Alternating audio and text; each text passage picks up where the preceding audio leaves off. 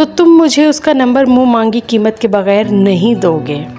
یہ ہوئی نا بات، آخر یار ہی یاروں کو جانتے ہیں۔ اس کے ساتھ ہی احمد نے اپنی جیب میں سے ایک چٹ نکال کر جیک کے ڈیسک پر رکھ دی۔ جیک نے کھا جانے والی نظروں سے احمد کو دیکھا، پھر اس چٹ کو یہ کیا ہے؟ نام، پتہ اور تاریخ پیدائش کس کی، جس کے بارے میں کچھ معلومات ڈھونڈنی ہے؟ تم جب مرو گے نا تو سب سے پہلے تمہاری قبر پر پھول رکھنے میں آؤں گا، اپنے سارے دوستوں کو فری میں ہفتہ بھر ڈنر کراؤں گا۔ جیک، مجھے تمہاری محبت پر رتی بھر شک نہیں ہے۔ تم جانتے ہو تمہاری اس قسم کی مدد مجھ سے میری نوکری چھین سکتی ہے۔ تم لورین کی خاطر ایک تو کیا کئی ایسی نوکریاں چھوڑ سکتے ہو، تم ہو ہی خبیث۔ احمد کمر تک جھکا۔ شکریہ میرے لارڈ۔ جیک نے وہ چٹ اٹھائی، اس پر لکھا نام پڑھا، پھر اپنے کمپیوٹر میں لاگ ان کیا۔ کیا جاننا چاہتے ہو؟ ہر ماہ فراز احمد کے نام کی پرسکرپشن شائع ہوتی ہے۔ میں یہ جاننا چاہتا ہوں کہ آخر اس آدمی کو کیا بیماری ہے جس کی دوا اتنی باقاعدگی سے لیتا ہے۔ جیک ہنستے ہوئے بولا، اس ہسٹری کو دیکھتے ہوئے تو بیچارے کو صرف ایک ہی بیماری ہے جو اس سیارے کے 90-95% مردوں کو لاحق ہے۔ احمد کے ماتھے پر الجھن کی لکیریں ظاہر ہوئیں۔ کیا مطلب؟ یار بیچارہ کانسٹیپشن پیلز آرڈر کرتا ہے۔ جیک، جہاں تک میری معلومات ہیں کانسٹیپشن پیلز بس خواتین ہی استعمال کرتی ہیں، مردوں کے لیے ایسی سہولت میسر نہیں ہے۔ بالکل ایسا ہی ہے۔ پھر یہ فراز احمد مرد ہو کر بلا ناغہ گولیاں کیوں حاصل کرتا ہے اور ڈاکٹر اس کو دیتا کیوں ہے؟ اس کا ڈاکٹر ایک پاکستانی ہے، ڈاکٹر جاوید۔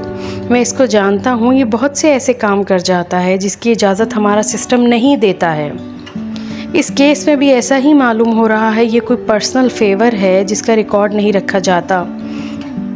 یہاں صرف یہی لکھا نظر آ رہا ہے، یہ دوا افراز کی بیوی کے لیے ہے۔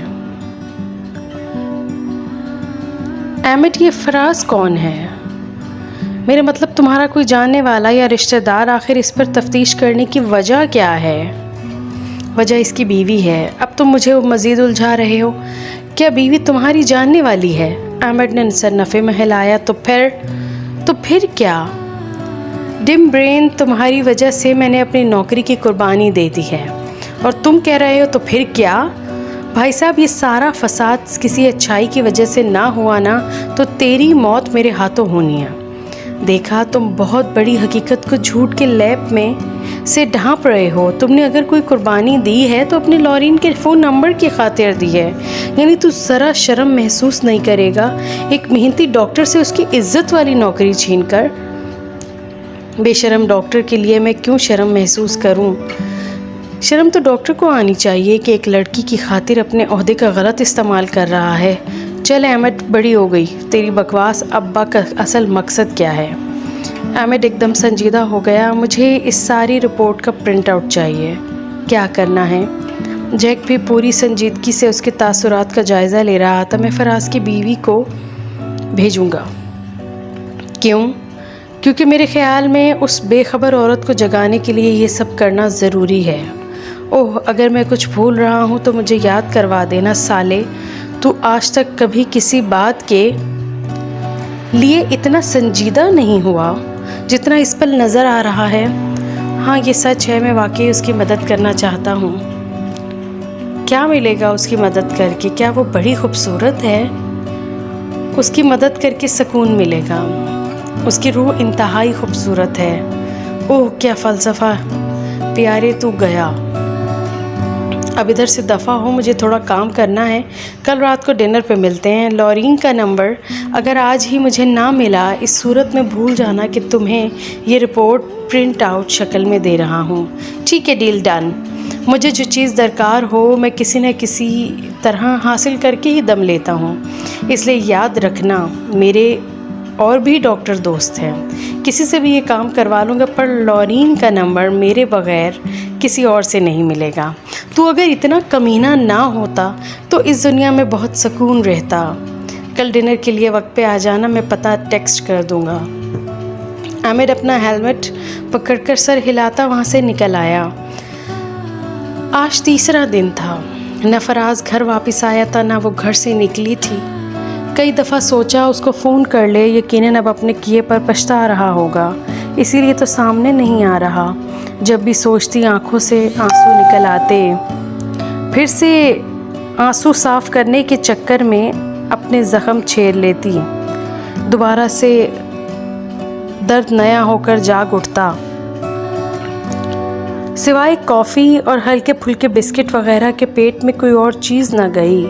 پہلے 2 دن تو بخار میں پھکتے گزرے، اتنی آوازیں دیں مگر کوئی نہ آیا، نہ ماں آئی نہ منو مٹی تلے سویا باپ ہی آیا۔ رو رو کر خود ہی چھپ کرتی، خود سے ایک ہی سوال 100 مرتبہ کر بیٹھی تھی۔ نوال، انسان ایک ہی غم پر کتنی دفعہ روتا ہے؟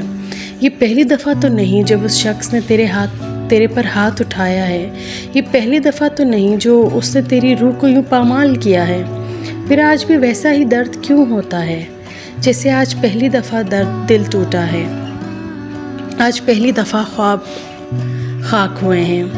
نہ جانے کب سے باہر والا دروازہ بج رہا تھا، بڑی مشکل سے اپنا بیڈ چھوڑ کر ہال تک آئی۔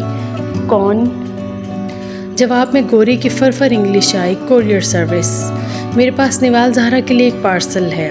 وہ حیران ہوئی کہ اس کے نام کا پارسل کس نے بھیجا ہونا۔ ایک خیال ذہن میں آتے ہی دل رکنے لگا، ساری تکلیف بھول گئی، کہیں فراز نے طلاق تو نہیں بھیج دی؟ اس کا چہرہ اس قابل نہیں تھا کہ وہ باہر منہ نکال کر بات کر سکتی، اس لیے دروازہ اتنا سا کھولا جس میں سے ہاتھ باہر نکال کر پارسل لے پاتی۔ کیا آپ ہی نوال زہرا ہیں؟ جی میں ہی ہوں۔ پھر اس پیپر پر سائن بھی کر دیجئے۔ اس نے سائن کر کے پارسل لے کر دروازہ بند کر لیا۔ پارسل کو الٹ پلٹ کر دیکھا، اس پر صرف نوال کا نام اور پتہ لکھا تھا، بھیجنے والے کے بارے میں کوئی تفصیل نہ تھی۔ فون کے بجنے پر باکس کو ڈائننگ میز پر رکھ دیا۔